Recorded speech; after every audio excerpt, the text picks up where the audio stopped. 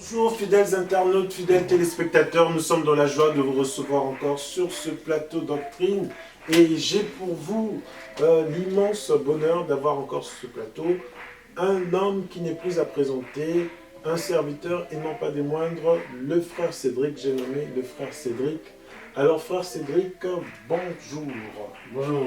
Alors donc aujourd'hui de quoi allons-nous parler? Parce que vous savez, nos fidèles internautes deviennent de plus en plus exigeants, de plus en plus, voilà, comme des bons gourmands. Ils sont là, c'est des consommateurs, ils attendent. Hein, c'est un clin d'œil, rassurez-vous. C'est une taquinerie. Alors, frère Cédric, de quoi allons-nous parler? Cette fois-ci, de la doctrine des baptêmes. La doctrine des baptêmes, fidèles internautes, fidèles téléspectateurs, vous êtes certainement nombreux à vous poser des questions en ce qui concerne le baptême, en tout cas sur la théologie du baptême. Vous aimeriez en savoir plus. Alors, d'entrée de jeu, frère Cédric, qu'est-ce que nous pouvons dire par rapport au baptême? Déjà, de quel type de baptême allons-nous parler? Est-ce que nous allons survoler tous les baptêmes qui existent? Comment vous allez nous présenter cela, frère Cédric? Donc je n'oublie pas effectivement le bonjour à nos internautes, donc à ces bien-aimés frères et sœurs, ou à d'autres qui ne sont pas forcément dans la foi, mais qui tomberaient sur cette vidéo. Donc je n'oublie pas le bonjour, grâce sur grâce de la part de notre Seigneur Yahushua. Alors, donc à propos de la doctrine des baptêmes, j'ai pris cette expression dans Hébreux chapitre 6. D'accord. Hébreux chapitre 6, on voit ça là-bas du verset 1 au verset 2, nous aurons peut-être l'occasion de lire ça tout à l'heure, ou peut-être autant lire ça tout de suite, si vous ne voyez pas d'inconvénient. Du tout, frère Cédric, autant faire se peut, nous allons rapidement nous plonger dans la lecture. Et je profite par là, ah oui pardon, excusez-moi. Voilà, allez-y, je vous en prie, frère Cédric. Oui, donc je profite par là aussi l'occasion de dire que alors, ce volet-ci, ou ce numéro-ci donc, de notre émission Doctrine sera effectivement pas seulement à titre informatif, mais en revanche sera, comme d'autres qu'il y a pu avoir auparavant, sera, en tout cas aura vocation d'enseignement. Alors, mais malgré tout, on essaiera quand même de faire un format moyennement court. Hein. En tout cas, en revanche, il y aura bien le côté ou le volet enseignement, c'est ce que je souhaite. Puisse Dieu nous exaucer dans ce sens-là. Donc Hébreux 6, s'il vous plaît, bien frère Evra, du verset 1 au verset 2. Alors, Hébreux 6, fidèles internautes, nous faisons notre lecture. Nous commençons donc à partir du premier verset. C'est pourquoi, laissant l'enseignement élémentaire de la parole du Christ, tendant vers la perfection, sans poser de nouveau le fondement, repentance des œuvres mortes, foi en Dieu, doctrine des baptêmes, imposition des mains, résurrection des morts et le jugement éternel. Voilà, donc on entend dire doctrine des baptêmes. Alors, doctrine des baptêmes, pourquoi baptême? Parce que, a priori, dans l'écriture, on voit quand même que, en tout cas sur le plan littéral, qu'il y a apparemment plusieurs baptêmes. Hein, il y a par exemple le baptême de Jean, Jean le prophète, hein, pas Jean l'apôtre. Il y a le baptême qui se fait au nom de Jésus-Christ, qui l'ordonne d'ailleurs dans Matthieu 28, à partir du verset 19 là-bas. Et il y a le baptême du Saint-Esprit, par exemple. Donc on voit qu'il y a, a priori, en tout cas, différents types de baptêmes. D'où la doctrine des baptêmes. Et donc, là, ici, l'objet serait, ou l'objectif, plaise à Dieu, serait de pouvoir voilà, parler de ces choses à la lumière de l'Écriture, et puis, ma foi, ce que j'ai pu recevoir, comme compréhension de la part de Dieu, et plaise à Dieu que cela soit bon pour son Église. Que cela soit bon pour son Église, frère Cédric. Donc nous allons tout de suite entrer dans le vif du sujet. Alors déjà, qu'est-ce que c'est que le baptême, pour commencer? Alors, le baptême, à mon avis, ce serait difficile à définir d'entrée. Mais vous comprendrez avec le temps, ou au fil du temps, pourquoi il me serait difficile de définir ça maintenant, tout de suite. Seulement en disant que sur le plan étymologique, on nous dit souvent, lorsqu'on est nouvellement chrétien, on nous dit que ça vient du grec baptizo. Hein, baptizo qui signifierait plonger, qui signifierait tromper ou immerger. Voilà. Donc, dans le sens, vous voyez, maménique, hein, ou du moins majestuel. Voilà. Donc a priori, le baptême, en tout cas étymologiquement parlant, littéralement parlant, serait donc le fait de plonger, de tremper, d'immerger, etc. Maintenant, sauf que, ici, à la lumière des Écritures, par rapport au Seigneur, si on sort simplement du simple dictionnaire, grec, français, hébreu, latin ou autre, qu'est-ce que c'est que le baptême? Mais ma foi, la question est difficile parce que, autant le bien-aimé frère Paul va nous dire, dans Éphésiens 4, au verset 5 là-bas, qu'il y a un seul baptême, n'est-ce pas? Il dit un seul Dieu, une seule foi, un seul baptême. Autant l'Écriture va nous dire ici qu'il y a différents baptêmes. Notamment dans le texte que nous avons pu lire de Hébreux, chapitre 6, il dit la doctrine non pas du baptême, mais la doctrine des baptêmes. L'Écriture dit, ou du moins la parole enseigne, que quand une expression ou un terme est employé au pluriel, ça signifie quelque chose, il faut creuser. Hein, j'ai pris exemple, au risque même de lasser quelques-uns, à force de répéter cet exemple-là. Donc j'ai souvent dit que Paul, pour expliquer un certain mystère, nous dit, oui, vous voyez, il a été dit, toutes les nations seront bénies en ta postérité, et non pas comme en tes postérités, comme s'agissant de plusieurs, mais en ta, comme s'agissant d'une seule. Il fait ici le distinguo entre le pluriel et le singulier, et à partir de ce distinguo, il nous révèle un mystère. Il dit, oui, effectivement, il ne s'agissait pas de plusieurs postérités, mais bien d'une seule, car cette seule postérité, c'est Christ, et il n'y a qu'un seul Christ, il n'y en a pas plusieurs. Donc là, de même, doctrine des baptêmes, ne passons pas outre, ou ne passons pas juste comme ça dans notre lecture ou dans notre étude. Doctrine des baptêmes, ça implique très clairement ici, en tout cas dans la langue française, qu'il y a différents baptêmes ou qu'il y a plusieurs baptêmes. Or, ailleurs, on a le fait que le bien-aimé frère Paul nous enseigne qu'il y a un seul baptême. Donc déjà là, de là me vient déjà une difficulté de définir d'entrée le baptême à la lumière des Écritures, si ce n'est sur le plan étymologique. Maintenant, en dehors du fait que on nous parle soit d'un seul, soit de différents baptêmes, on a pu lire aussi qu'il y a par exemple eu le baptême de Jean, on a pu lire aussi qu'il y a par exemple eu le baptême, justement, donc je parlais dans Matthieu 28, qui doit se faire au nom de Jésus-Christ, même si littéralement dans Matthieu 28, 19, il est dit au nom du Père, du Fils et du Saint-Esprit, mais dans Acte 10, dans Acte 2 et dans d'autres chapitres donc, du livre des Actes, on voit que ça se fait au nom du Seigneur Jésus-Christ. Et à côté, on voit qu'il y a cette histoire de baptême du Saint-Esprit. Donc, on peut peut-être, à mon avis, commencer à parler, par exemple, du baptême de Jean. Savoir ce que c'est que le baptême de Jean. Exactement. Voilà. Donc, le baptême de Jean, pour en parler, j'aimerais déjà rétropédaler, aller dans l'ombre, évoquer par là que les Juifs n'étaient pas étrangers à la notion de baptême, que les Juifs connaissaient ce que c'était que le baptême. D'où d'ailleurs leur indifférence, entre guillemets, quand Jean vient baptiser. Indifférence pour les pharisiens notamment, mais pas forcément pour le peuple, puisque la Bible dit que le peuple crut à Jean. Le peuple crut que Jean était prophète et le peuple alla se faire baptiser dans les eaux du Jourdain.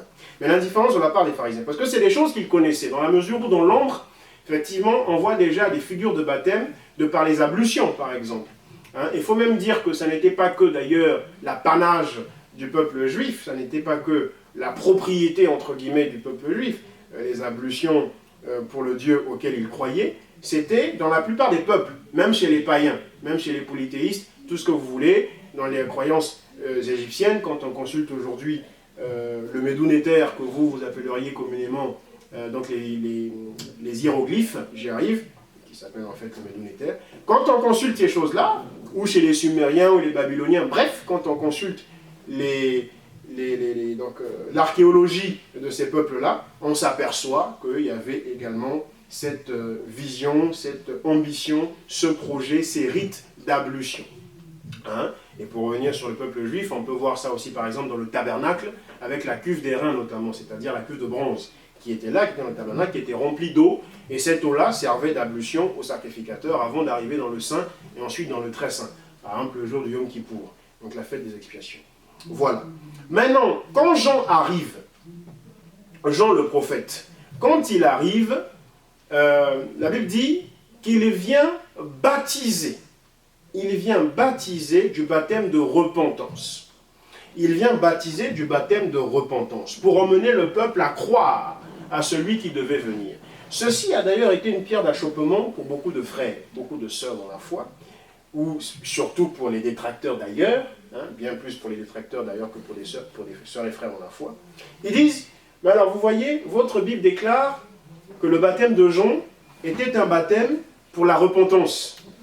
Or, il se trouve que Jésus, vous dites qu'il était sans péché. Mais Jésus alla se faire baptiser chez Jean. Mais si le baptême de Jean était un baptême pour la repentance, et si c'était un baptême pour amener le peuple à croire, pourquoi Jésus est-il allé se faire baptiser? Les détracteurs nous posent cette question. Et aussi des frères dans la foi qui sont honnêtes, qui sont objectifs, qui sont sincères, qui sont intellectuellement honnêtes, qui quand ils lisent ça, sont troublés dans leur foi, troublés dans leur cœur, disent, tiens, en fait, mais pourquoi il y a ça? Alors, le Seigneur est allé se faire baptiser chez Jean.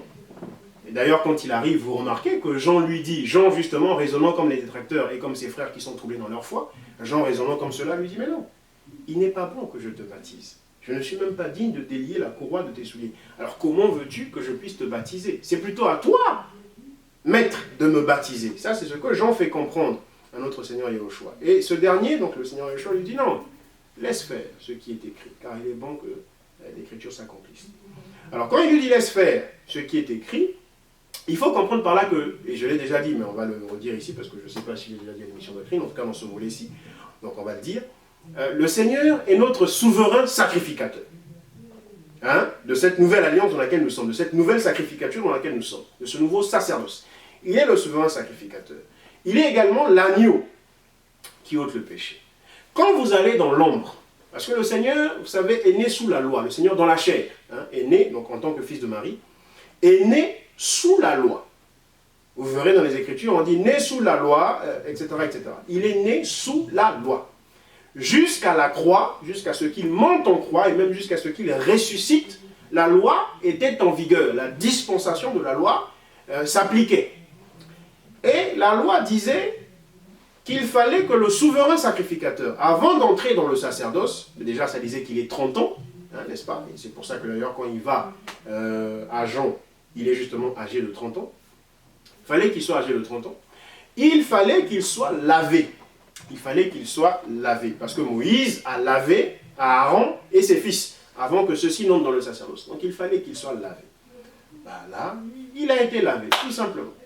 Hein? Et ensuite, en tant qu'agneau également, il fallait que l'agneau soit lavé également avant d'être sacrifié. Ben, il a été lavé en tant qu'agneau. Hein? Et le 4e jour, après que l'agneau ait été lavé, il devait être immolé. Et c'est ce qui s'est passé. Par jour ici, comprenez année. Hein? Vous verrez ça dans le livre, je crois, d'Ézéchiel, qui dit, voilà, tu compteras 7 jours pour 7 ans, etc., etc. C'est un langage. Donc là, ici, enfin, à l'époque, c'était effectivement 4 jours en tant que tel, donc 4 jours hebdomadaires. Mais nous, prophétiquement parlant, on peut prendre ces 4 jours comme 4 années. Selon qu'il est dit dans le prophète Ézéchiel, tu vas te coucher sur une brique sur le côté gauche, ensuite sur le côté droit. Quand tu te coucheras sur le côté gauche, tu compteras tant de jours, et ces jours-là, ce sera tant d'années.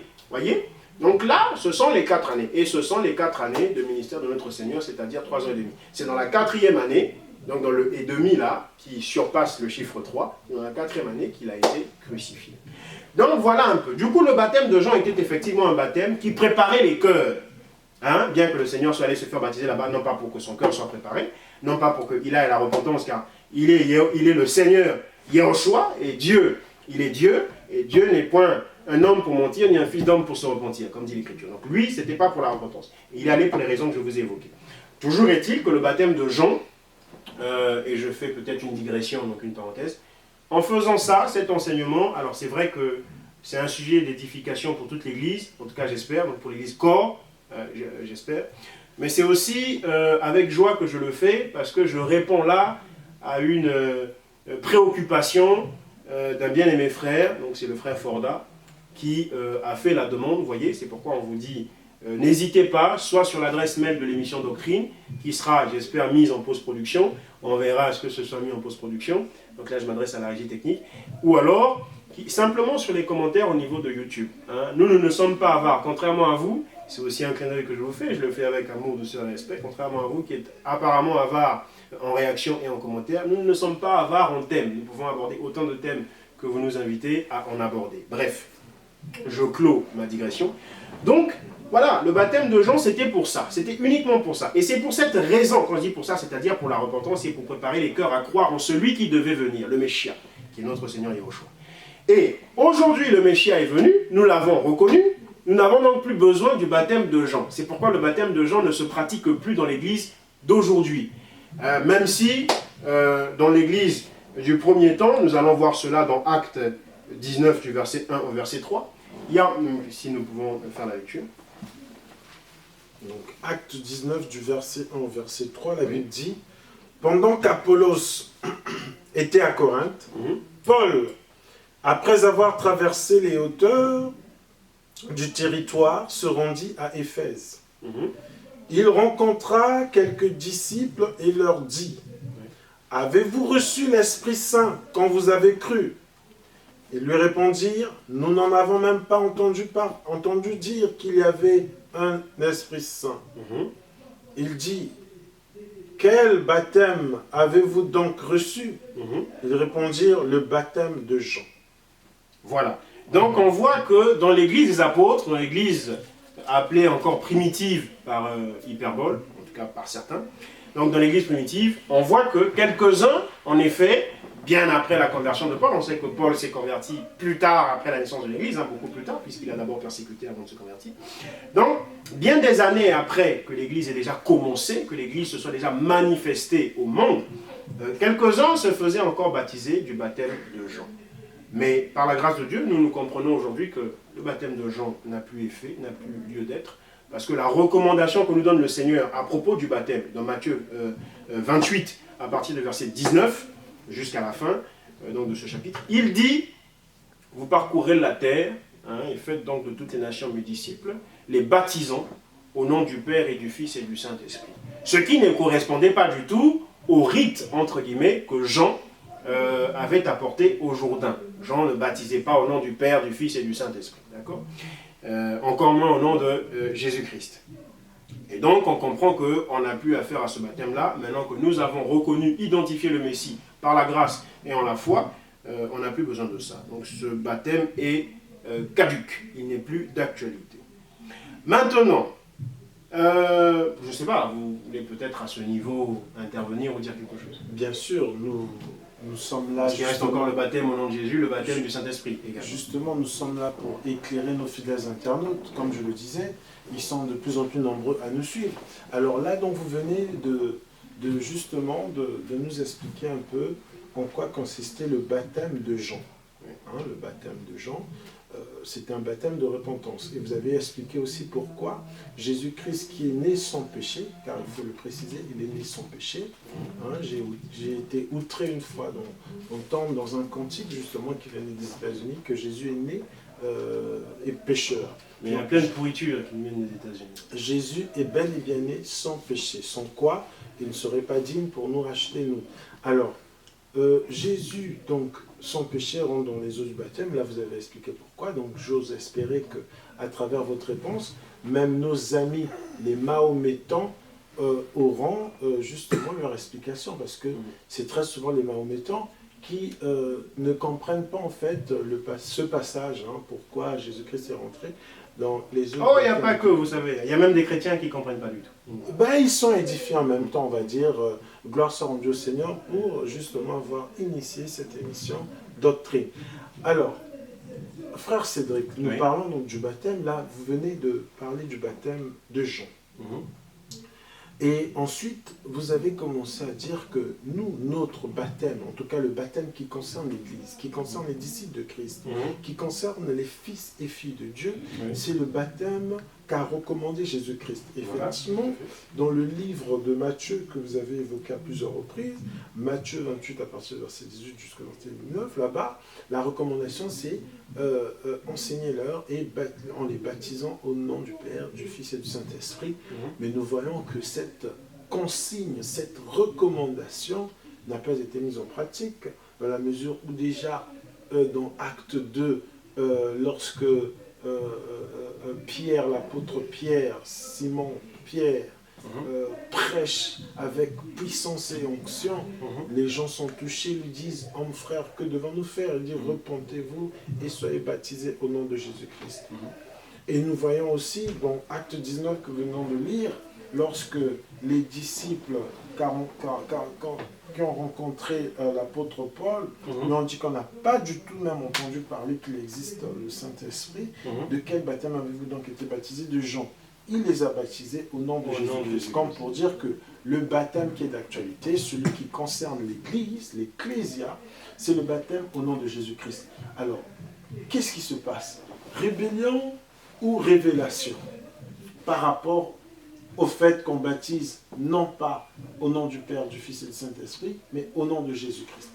En introduction ou en préambule, je ne sais plus, je disais déjà que oui, la syntaxe, quant à la compréhension des Écritures, compte énormément. Exact. Elle est importante. Quand je dis syntaxe, c'est-à-dire l'orthographe, la grammaire, etc. Elle est importante. Là encore, il y a une affaire de singulier pluriel, comme je le disais déjà tantôt.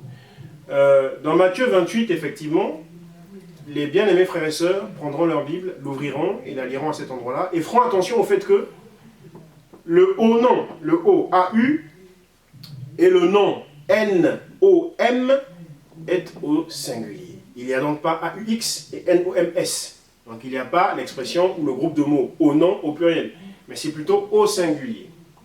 C'est comme pour dire que cette expression-là fait donc allusion à un seul nom, et non pas à plusieurs noms, puisque c'est au singulier.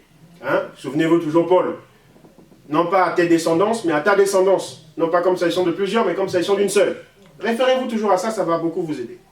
Voilà, donc non pas au nom au pluriel comme s'agissant de plusieurs noms, mais au nom au singulier comme s'agissant d'un seul nom. Ce nom, ne faisons pas tarder le suspense, ce nom, c'est le nom de Jésus-Christ. Le nom de Jésus-Christ, Yahushua Mashiach, est le nom du Père. Il est aussi le nom du Fils. Il est aussi le nom du Saint-Esprit. Le Père a le même nom que le Fils, a le même nom que le Saint-Esprit. Pour la simple et bonne raison que le Père n'est autre que le Saint-Esprit et n'est autre que le Fils. Hein, ce qui, effectivement, prend le contre-pied de nos amis, par exemple, trinitaires. Mais bon, il ne s'agit pas de parler de Trinité ici. Simplement, nous confessons tout de même que, bah oui, nous croyons qu'il n'y a qu'un seul être en Dieu, contrairement aux trinitaires, par exemple. Mais sans entrer dans une forme de guerre ou autre. Donc, ce nom-là, disais-je, c'est Jésus-Christ. C'est pourquoi donc, bien frère Évra, les apôtres ayant compris cela, et n'étant pas du tout entrés en rébellion, mais ayant compris cette révélation qu'il y a un seul être en Dieu, et que cet être-là, c'est Jésus-Christ, donc qui s'est fait chair, ils ont compris que baptiser au nom du Père, du Fils et du Saint-Esprit revenait à baptiser au nom de Yahushua Mashiach, puisqu'il fallait que ce soit en ce nom-là. Parce que Père, Fils et Saint-Esprit, ce ne sont pas des noms, c'est des titres. Mais donc il fallait identifier, il fallait trouver ce nom. Et l'Esprit le leur a révélé à la Pentecôte.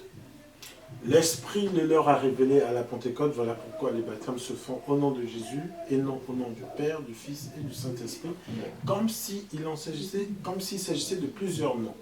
Alors, frère Cédric, donc là nous avons parlé du baptême de Jean, nous avons expliqué pourquoi c'est le baptême du Seigneur Jésus, en tout cas le baptême concernant l'Église se fait au nom de Jésus-Christ et non pas au nom du Père, du Fils et du Saint-Esprit.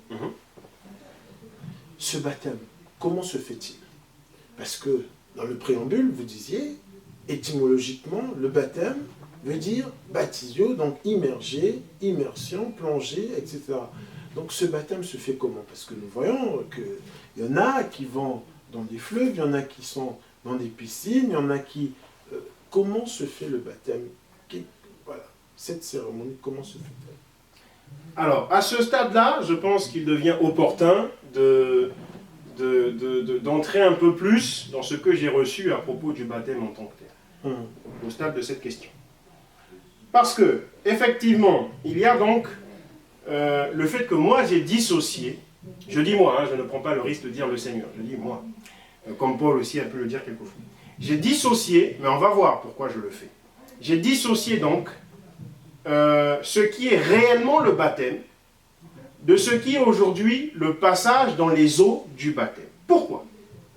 Parce que, bien aimé, voyez-vous, la Bible déclare dans Marc 16 au verset 16, « Celui qui croira et qui sera baptisé sera sauvé. » Or, on a pu voir que le malfaiteur à la croix, je l'appelle malfaiteur, hein, permettez-moi d'appeler comme ça, que le malfaiteur à la croix, même si c'est un bien-aimé frère finalement, en tout cas il s'est révélé être un bien-aimé frère, que le malfaiteur à la croix n'a pas été dans les eaux du baptême. Avant même de dire comment ça se fait, est-ce que c'est par aspersion, est-ce que c'est par immersion et tout.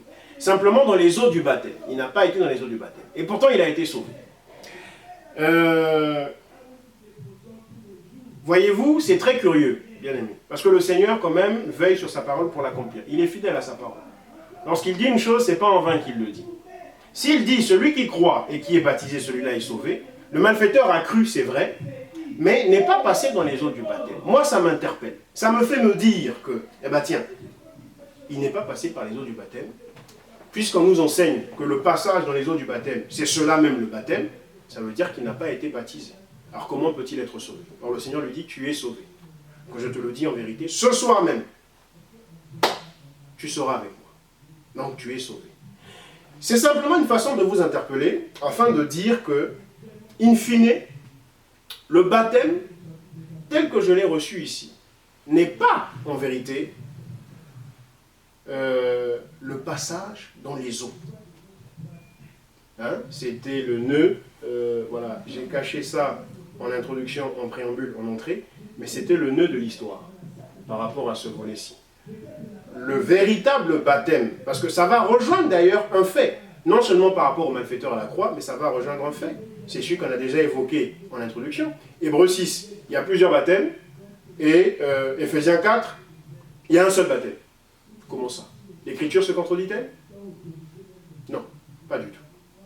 Et donc, c'est pour dire quoi? C'est pour dire que le nœud ici, c'est que le passage dans les eaux, contrairement à ce qui a souvent été enseigné, contrairement à ce que nous avons souvent compris, n'est pas le baptême. Avant d'aller plus loin, je fais une digression pour expliquer mon propos. Hein, j'illustre. Regardez ceci. Regardez ceci. On est dans le désert. Je suis, moi, dans le désert du Sahel. Je suis avec les Berbères, hein, quelques amis berbères, qui donc connaissent le chemin, etc. Sauf que malgré leur connaissance du chemin, on est donc sur les dromadaires, malgré leur connaissance du chemin, au bout d'un moment, ils s'égarent. Et donc moi avec, puisque je dépends totalement d'eux. Je suis tributaire de ces gens-là.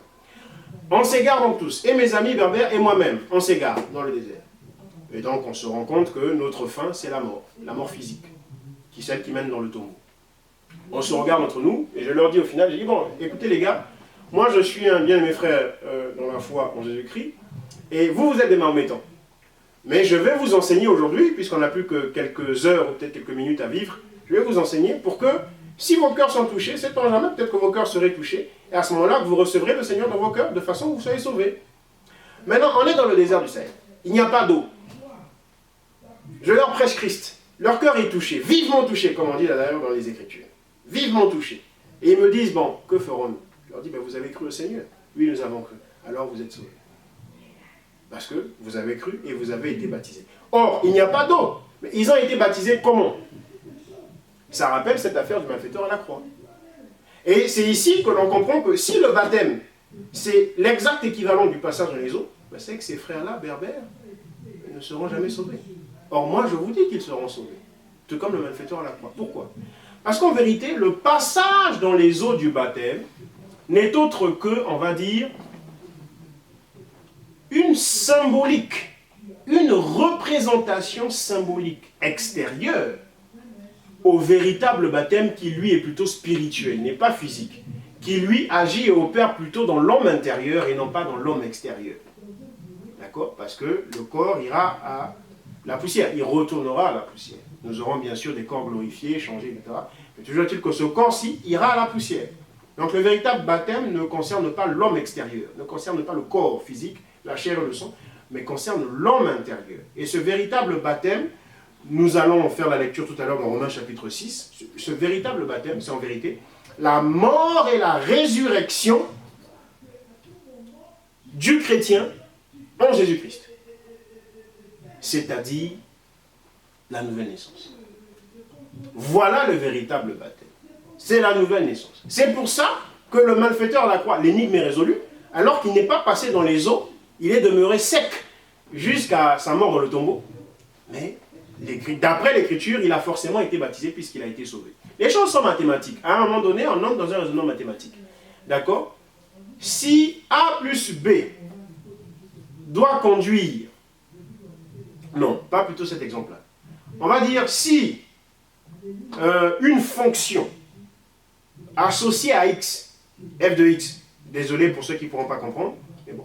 Si, je n'ai pas trouvé malheureusement un autre exemple, si une fonction f associée à x donne une image, alors, donc si on a l'image de la fonction, d'accord? Si on a l'image de la fonction qui est f de x, d'accord? C'est cette image-là. Pour qu'on ait cette image, il a donc fallu qu'il y ait l'antécédent, qui est y. D'accord? Je suis vraiment désolé de ne pas pouvoir l'expliquer autrement, mais bon, franchement, là, sur le moment, il ne vient pas une autre illustration. Donc, si on a l'image, il y a forcément l'antécédent. Voilà. Du coup, même si on ne nous parle pas de l'antécédent, mais on nous parle de l'image, mettons, on ne nous parle pas de y, on nous dit f de x, mais nous, on sait qu'il y a un y quelque part, parce qu'il y a f de x qui existe. Là, c'est pareil. S'il a été sauvé, ce malfaiteur à la croix, c'est que forcément, il a été baptisé. Parce que c'est la fonction du salut. La fonction du salut, c'est que, associé au pécheur, on doit avoir la foi et le baptême. Voilà. Donc, il a forcément été baptisé. Mais où? On n'a pas vu entrer dans les eaux. Eh ben, c'est que le baptême, ça n'est pas le fait d'entrer dans les eaux. Le baptême est donc spirituel. Ça n'est pas physique, ça n'est pas quelque chose de naturel. C'est quelque chose qui agit dans le spirituel. Maintenant, cette affaire de passage dans les eaux, cette affaire de passer dans les eaux est donc une représentation symbolique de ce qu'est le baptême. La conséquence de ce que je suis en train de dire ici, c'est quoi, bien-aimés frères et sœurs? La conséquence donc, de ce que je suis en train de dire ici, c'est qu'il y a des gens donc, qui sont entrés dans les eaux du baptême, mais qui ne sont pas baptisés en vérité. Tout comme il y a des gens qui ne sont pas entrés dans les eaux du baptême, mais qui sont baptisés. Voyez-vous? C'est pour ça que ça revêt, mon propos ici revêt un caractère assez grave. Grave par le temps et grave par le fond. Donc je voulais dire grave par la forme et grave par le fond. C'est très grave ce que je suis en train de dire. Parce que pour beaucoup de chrétiens, je suis rentré dans l'eau, ça y est, je suis baptisé. Non, si tu n'es pas né de nouveau, ça ne t'aura servi à rien d'entrer dans l'eau. Strictement à rien. Strictement à rien. Voyez-vous? Maintenant, avant de laisser donc la parole au pasteur Evra, je vais quand même répondre à sa question. C'est que ce passage dans les eaux du baptême se fait évidemment par immersion. D'accord? Parce que là encore, il y a des débats, des discussions. Bon, pas vraiment, mais il y en a quand même. On dit par aspersion, par je ne sais trop quoi, par ceci, par cela. Non, non, c'est par immersion. C'est bien par immersion. On est entièrement plongé dans l'eau et on en ressort. C'est l'image, ce geste-là, la plongée dans l'eau ou dans les eaux et la sortie donc des eaux. Ce geste, c'est l'image, ça typifie, donc c'est l'image de mourir et ressusciter avec le Seigneur. On voit ça dans Romains chapitre 6, bien-aimés frères et sœurs dans la parole. Maintenant, eu égard aux propos graves que j'ai tenus, je pense fort que notre bien-aimé, le pasteur Evra, va certainement rebondir et certainement avoir des réactions ou beaucoup de questions. Justement, les réactions, il y en a, tout comme je crois que ceux qui nous suivent de partout dans le monde, nos fidèles internautes, parce qu'il y en a qui sont assez avertis, qui ont l'oreille exercée et qui ont un raisonnement assez pointilleux quant aux Écritures. Alors, la question que je m'en vais poser, effectivement, on voit, c'est une symbolique. Le livre de Pierre, l'épître de Pierre nous parle d'actes de bonne conscience, mais nous voyons dans Actes... Engagement de bonne conscience. Voilà, un engagement de bonne conscience. Alors, dans le livre des Actes, il est écrit, nous voyons l'histoire de l'évangéliste Philippe avec l'eunuque éthiopien qui rentre, et on voit qu'il lisait le livre d'Ésaïe, mais il ne comprenait pas ce qui était écrit. Il venait de Jérusalem pour adorer, et donc... Et il rentrait chez lui en Éthiopie. Et donc, en rencontrant l'évangéliste Philippe qui lui pose la question s'il comprenait ce qu'il lisait, il dit comment comprendrais-je si personne ne m'explique? Donc après avoir reçu les explications, donc son cœur a été vivement touché, il dit puisqu'on passe là à côté de l'eau, pourquoi ne serait-ce pas baptisé? On voit quand même qu'il y a une considération dans le fait de rentrer dans les eaux de baptême, c'est pas rien, frère. D'accord. Alors en effet, mon propos n'est pas pour dire ici qu'il nous faut mépriser. Hein, c'est là d'ailleurs que je voulais en venir, si même la question n'avait pas été posée, j'aurais malgré tout évoqué ce fait-là. Mon propos n'est pas pour dire ici qu'il nous faut mépriser le passage dans les eaux du baptême. Ou carrément arrêter le passage. Ou qu'il nous faut l'arrêter. Mon propos n'est pas celui-là. Vous savez, je vais prendre un concept corollaire, si je puis dire. Ce que nous appelons communément la Sainte Seine, le repas du Seigneur. Nous le faisons en souvenir de ce qui a eu lieu à la croix. Et nous le faisons parce que c'est là aussi notre manière donc, de commémorer la Pâque qu'a passé notre Seigneur, de manger, littéralement, notre Pâque. Mais le bien-aimé, frère Paul, dans l'Écriture, nous apprend que Christ est notre Pâque. Et que donc manger la Pâque, Christ est notre Pâque. Et que donc manger la Pâque, c'est déguster la parole de Dieu et la mettre en pratique. D'accord? Mais ce n'est pas pour autant, comme nous comprenons que le véritable repas du Seigneur, c'est celui-là, c'est de déguster la parole de Dieu et la mettre en pratique. Ce n'est pas pour autant que nous abolissons ce que nous appelons communément la Sainte Seine. Nous le faisons. De même aussi, avec ici le passage dans les eaux, nous n'abolissons pas cela. C'est une symbolique, c'est un symbole qui a lieu d'être. Parce qu'il témoigne extérieurement aux yeux de tous, aux yeux des hommes, aux yeux des anges, aux yeux des autorités spirituelles, aux yeux des principautés, qu'il s'est passé quelque chose dans notre homme intérieur. Et que nous rendons témoignage dans le naturel et dans le visible à ce qui s'est passé au sein de notre homme intérieur. Nous rendons témoignage de cela sur notre homme extérieur. Voyez-vous? Donc, c'est toujours utile et même très utile, je dirais.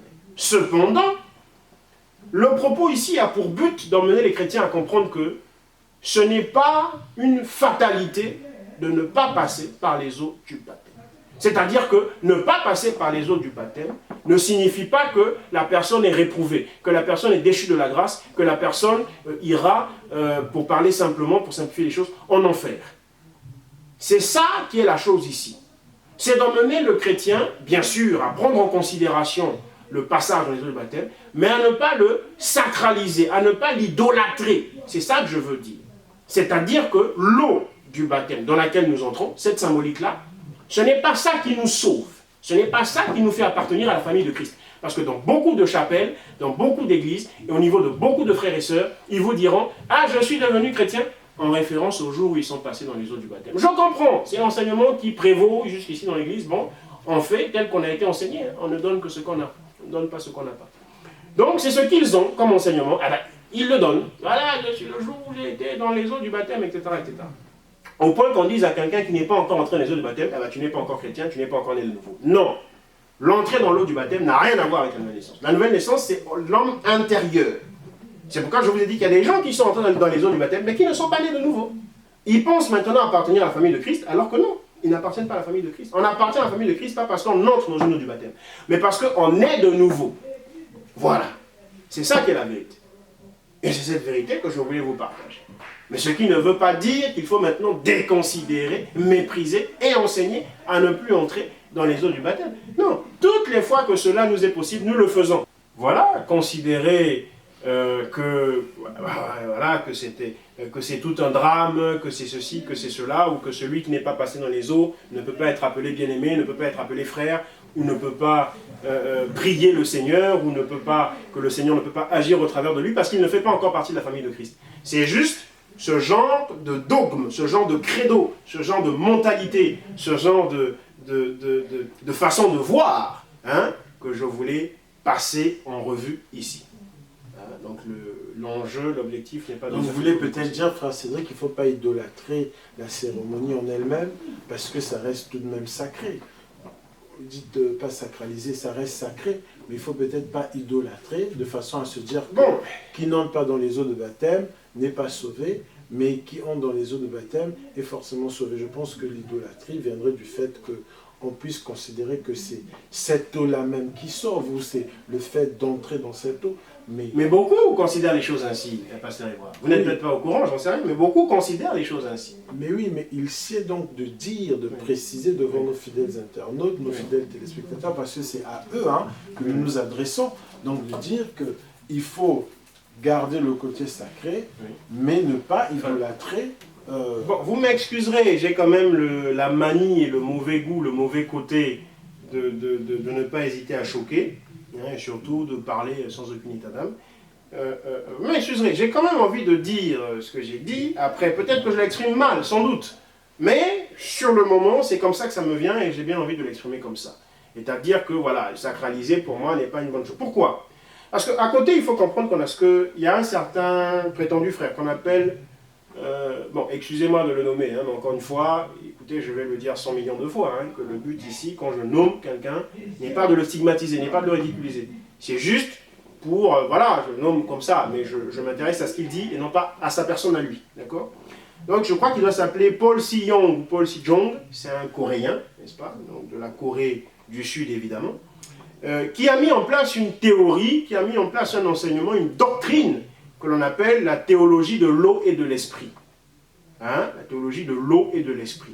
Il enseigne aux gens que c'est l'eau du baptême qui pardonne les péchés. L'eau physique là, pas spirituelle, l'eau physique dans laquelle vous entrez là. Que c'est quand vous entrez dans cette eau que Jésus vous pardonne vos péchés. Que c'est quand vous entrez dans cette eau que Jésus vous sauve. Donc ça n'est plus le sang, comme on l'a vu dans un volet précédent, qui pardonne les péchés, qui réconcilie, qui donne la paix, qui donne la joie avec Dieu. C'est l'eau. Ça s'appelle la théologie de l'eau et de l'esprit. Ça a commencé en Corée. Alors pour une fois, l'une des rares fois où ça n'a pas commencé aux États-Unis cette fois-ci. Bon, ça a commencé en Corée, mais évidemment les États-Unis ont très vite pris le relais, puisqu'ils aiment que ce soit eux qui soient en pole position, eux qui soient le fer de lance. Ils ont très vite pris le relais. Et à partir du moment où eux ont pris le relais, ça se diffuse, ça se répand dans le reste du monde. Puisqu'encore une fois, c'est l'église états-unienne qui domine le reste des églises dans le monde. Donc ça se répand, voilà. Il y a plusieurs églises aujourd'hui, du coup, même en Afrique, où on confesse la théologie de l'eau et de l'esprit. Pour ceux qui sont curieux parmi vous, qui sont un peu moins paresseux. Vous pourrez faire quelques recherches par rapport à ça sur Internet, vous aurez beaucoup de documents, et vous aurez toute une bibliographie par rapport à ça, et libre à vous d'en penser ce que vous voulez. Donc, c'est quand même très grave. Parce que ça n'est peut-être pas venu à vous, pasteur Évrard, cette théologie de l'eau et de l'esprit, mais ça circule. Surtout en Afrique, en Côte d'Ivoire notamment, ça fait rage, comme on dit là. Ça fait rage. Et c'est très dangereux. Et puis, d'autre part, moi je suis de ceux qui considèrent que, en vérité, les chrétiens n'ont pas de rite à proprement parler. Les chrétiens n'ont pas de rituel à proprement parler. Les chrétiens n'ont pas d'éléments extérieurs qui soient considérés ou qui doivent être considérés saints. Que ce soit les crucifixes, que ce soit la Bible, que ce soit des objets quelconques, tout ce que vous voulez. Les chrétiens n'ont pas à proprement parler, comme c'est le cas dans les religions. Dans les religions, quand je prends la Torah, avant de prendre une Torah, le juif doit faire beaucoup de simagrées, beaucoup de grimaces, beaucoup de prières, beaucoup d'ablutions, justement on parlait d'ablutions dans un volet précédent, juste pour que ça lui permette d'ouvrir sa Torah. Le mahométan, n'en parlons pas. Il fait beaucoup de chapelets, beaucoup de récitals, etc. pour pouvoir toucher au Coran, que moi je touche sans aucun problème d'ailleurs, sans avoir fait aucune ablution. Bon, voyez, ils ont beaucoup de rites, ils ont des heures, ils ont des positions de prière qui sont sacrées. C'est-à-dire que si tu ne fais pas cette position-là, Allah ne va pas t'exaucer. Pareil pour les juifs, si tu ne fais pas cette position-là, Yahweh ne va pas t'exaucer, etc., etc. Si tu ne respectes pas l'heure qui a été désignée pour la prière, Yahweh ne va pas t'exaucer, ainsi de suite. Les chrétiens n'ont pas tout ça. Pour le chrétien, ça reviendra à une forme d'idolâtrie. Même la Bible, ça va vous choquer, même la Bible. Si je mets ma foi en la Bible, je dors avec sur mon torse en me disant, bon, ça évitera aux démons de me faire du mal, parce que j'ai mis ça sur mon torse. Justement, pendant la guerre, enfin pendant les différentes guerres ou les différents génocides, on va dire qu'il y a eu lieu au Congo-Brazzaville, dit Brazzaville pour ne citer que celui-là. Voilà, j'ai des petits récits, justement, ou quelques-uns, à l'époque bien sûr, endormis avec la Bible en se disant, bon, s'il y a une balle qui vient m'atteindre, au moins je dors avec la Bible, j'irai au paradis. Donc, voilà, c'est des façons de penser que nous devons éviter, parce que ça tourne très vite à de l'idolâtrie. Souvenez-vous, le serpent d'airain qui a été érigé dans le désert, donc du temps de Moïse, les Hébreux ont gardé ça pour ensuite en faire un objet d'adoration, d'idolâtrie. Non. Le Dieu, dans la foi chrétienne, n'est pas pour que un prétendu rituel ou rite ou objet supplante l'œuvre de la croix. Voilà, c'est ça. Donc, voilà, je vous choque presque à dessein, presque volontairement, en disant « Ah, ça n'est pas sacré ». Bon, Maintenant, je l'exprime peut-être mal, je vous l'accorde. Mais accordez-moi aussi que sur le moment, c'est comme ça que je voulais exprimer. Mais ce qui importe, au-delà de la forme, c'est le fond. Si vous avez compris le fond de ce que je dis, gloire à Dieu et tant mieux. Gloire à Dieu et tant mieux, frère Cédric. Justement, là, nous parlons du baptême. Nous allons peut-être chuter par rapport à ce sujet que nous abordons, qui est assez spécial. Mais je crois qu'il est important aussi que nous puissions revenir sur ce thème qui, je crois, va susciter plusieurs questions au sein des fidèles téléspectateurs et des internautes qui nous suivent, et même de ceux qui tomberont complètement par hasard sur l'émission Doctrine. Alors, frère Cédric, nous avons parlé donc du baptême de Jean. Nous avons parlé du baptême du Saint-Esprit. Nous avons parlé du baptême du Saint-Esprit. Plutôt du baptême de Jésus-Christ. Nous savons que lui, il baptisera, il dit, moi je vous baptise d'eau, mais lui vous baptisera du Saint-Esprit et de feu. Nous n'allons peut-être pas aborder aujourd'hui et maintenant le baptême de feu parce que c'est tout un grand sujet. Il va falloir que nous revenions sur ce plateau pour en parler. Mais le baptême du Saint-Esprit, est-ce que vous pouvez nous en dire quelque chose ? Justement, c'est là que je vais faire le recoupement, montrer que, en fait, l'Écriture ne se contredit pas. Autant littéralement, on peut parler de plusieurs baptêmes, d'où l'expression doctrine des baptêmes, autant en vérité et en esprit, on peut ne parler que d'un seul baptême. D'où Éphésiens 4. Il y a un seul Seigneur, un seul Dieu, une seule foi, un seul baptême. D'accord ? Il n'y a qu'un seul baptême. En vérité, le baptême du Saint-Esprit n'est autre que ce baptême que j'ai déjà expliqué. C'est-à-dire, ce n'est pas le passage dans les eaux, mais c'est ce baptême que je venais d'expliquer tout à l'heure, qui est le seul et véritable baptême, qui a lieu au niveau donc de l'homme intérieur, qui n'est autre que la nouvelle naissance. Voyez-vous ? Donc c'est cela que je venais déjà d'expliquer tout à l'heure. Maintenant, le passage dans les eaux n'est pas un baptême supplémentaire, c'est simplement une représentation symbolique et extérieure de ce seul baptême qui en vérité se trouve être le baptême du Saint-Esprit. Donc je vous en ai parlé sans le nommer, sans dire que c'était le baptême du Saint-Esprit, mais de toute façon, ce n'est pas seulement le baptême du Saint-Esprit, c'est le baptême tout court. Parce qu'il n'y en a qu'un seul. Étant donné qu'on écarte déjà celui de Jean. À partir du moment où on écarte celui de Jean, il n'en reste plus qu'un. Un qui est extérieurement symbolisé par le passage dans les eaux. Mais autrement, si on ne prend pas sa symbolique, mais si on prend la réalité de la chose, parce que la symbolique, c'est l'ombre de la chose, c'est comment dire, c'est pas la chose elle-même, c'est une symbolique. D'accord ? C'est pas la chose elle-même. Quand je prends une maquette, une maquette miniature, là par rapport au bâtiment, par rapport à l'architecture, quand je prends une maquette miniature, pour dire, bon, vous voyez, cette maquette-là parle du bâtiment que l'on va faire ceci. La maquette parle du bâtiment. Elle parle à l'exactitude du bâtiment. Mais elle n'est pas le bâtiment lui-même. D'accord ? Tout à l'heure, j'ai pris l'exemple plutôt mathématique de la fonction qui a peut-être pu laisser sur la route, sur le bas-côté quelques-uns, je ne sais pas. Mais voilà, là, je prends un truc trivial, que tout le monde, à mon avis, peut comprendre. La maquette parle du bâtiment, c'est exactement la même chose, sauf qu'elle n'est pas le bâtiment lui-même. Elle est une représentation miniature du bâtiment. Voilà. Mais elle n'est pas le bâtiment. Donc on ne va pas dire parce qu'il y a la maquette et parce qu'il y a le bâtiment, il y a donc deux bâtiments. Non. De même, parce qu'il y a la représentation symbolique et parce qu'il y a le véritable baptême, on ne va pas dire ah donc il y a deux baptêmes. Non. D'accord ? Donc le baptême qui sied et qui est valable, c'est le baptême du Saint-Esprit avec sa symbolique qui est le passage dans les eaux.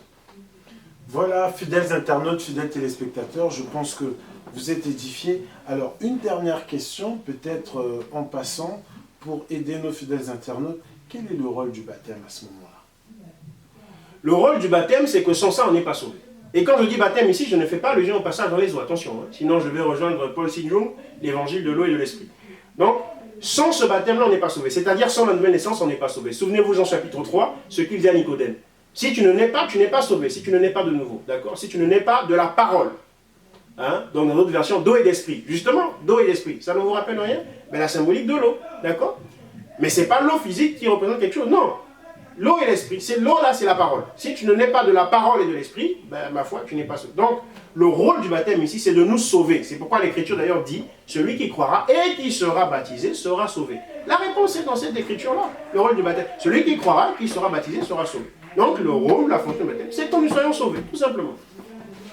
Voilà, l'un ne va pas sans l'autre, donc la symbolique et le sens réel, le sens spirituel du baptême est très très important. hein, sont très importantes, je dirais, les deux. Alors, voilà pourquoi, bien-aimés dans le Seigneur, nous vous conseillons d'être toujours branchés sur votre chaîne préférée SEPTV, hein, par rapport à l'émission Doctrine.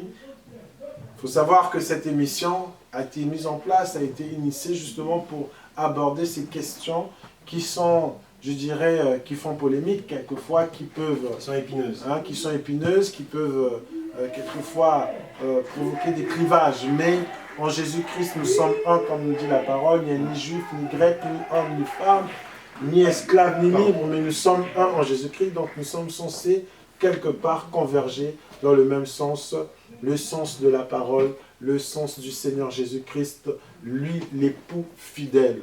Alors sur ces belles paroles, à moins que vous ayez un dernier mot pour, à l'endroit de nos fidèles téléspectateurs, nos fidèles internautes qui nous suivent, que vous ayez un dernier mot par rapport au thème abordé aujourd'hui. Mais le dernier mot devient quasiment une routine. C'est le fait de dire à chaque fois votre bien-aimé frère Cédric n'a pas la science infuse. Votre bien-aimé frère Cédric est sujet à erreur, est sujet à une malinterprétation, est sujet à une mécompréhension des Écritures. Cependant, parce que nous sommes là pour l'Église, parce que nous sommes là pour le corps de Christ, nous prenons le temps de faire ces choses, nous prenons le temps de vous servir ceci. Alors, n'hésitez pas, de votre côté, non seulement à prier pour nous, afin que ce que nous disions soit sous le contrôle de l'Esprit de Dieu, mais qui plus est, n'hésitez pas à nous faire vos observations, vos remarques et vos contributions. Ainsi que vos oppositions, parce que je sais qu'il y en a. Hein, il y en a énormément.